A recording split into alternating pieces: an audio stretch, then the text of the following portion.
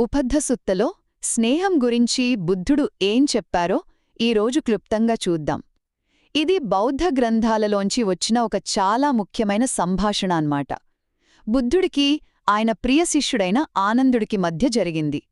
ఇందులో ఆధ్యాత్మిక జీవితంలో అసలైన స్నేహానికి ఎంత విలువుందో తెలుస్తుంది. మొదటిది, సగం కాదు, మొత్తం. ఆనందుడు బుద్ధునితో, మంచి స్నేహం ఆధ్యాత్మిక జీవితంలో సగం భాగం కదా అని అంటాడు. మనలో చాలామంది కూడా అలాగే అనుకుంటాం కదా. కాని బుద్ధుడు చెప్పిన సమాధానం మనల్ని ఆలోచింపజేస్తుంది. ఆయనన్నారు, కాదు ఆనందా, సగం కాదు, ఇదే ఆధ్యాత్మిక జీవితం మొత్తం. అంటే మన స్నేహితులు మనకు కేవలం సపోర్ట్ ఇవ్వడమే కాదు, వాళ్లే మన ఆధ్యాత్మిక ప్రయాణానికి పునాది అనమాట. రెండవది, అసలు మంచి స్నేహితుడు అంటే ఎవరు?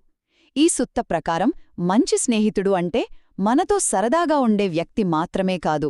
వాళ్లు మనకు ఒక ఆదర్శంగా నిలవాలి, మనల్ని సరైన దారిలో నడిపించాలి, అవసరమైనప్పుడు మన తప్పుల్ని కూడా సరిదిద్దాలి. అలాంటి వాళ్లతో ఉంటేనే మనం ఆర్య అష్టాంగ మార్గాన్ని, అంటే ముక్తికి దారితీసే ఆ 8 సూత్రాలను సరిగ్గా పాటించగలుగుతాం. ఇక చివరిగా, బుద్ధుడే గొప్ప స్నేహితుడు. ఈ సుత్త ఏం చెప్తోందంటే, బుద్ధుడే మానవాళికి అత్యుత్తమ స్నేహితుడు. ఎందుకంటే ఆయనే గనక దారి చూపించకపోతే పుట్టుక, ముసలితనం, మరణం, ఈ దుఃఖాల నుంచి బయటపడే మార్గం మనకు తెలిసేదే కాదు.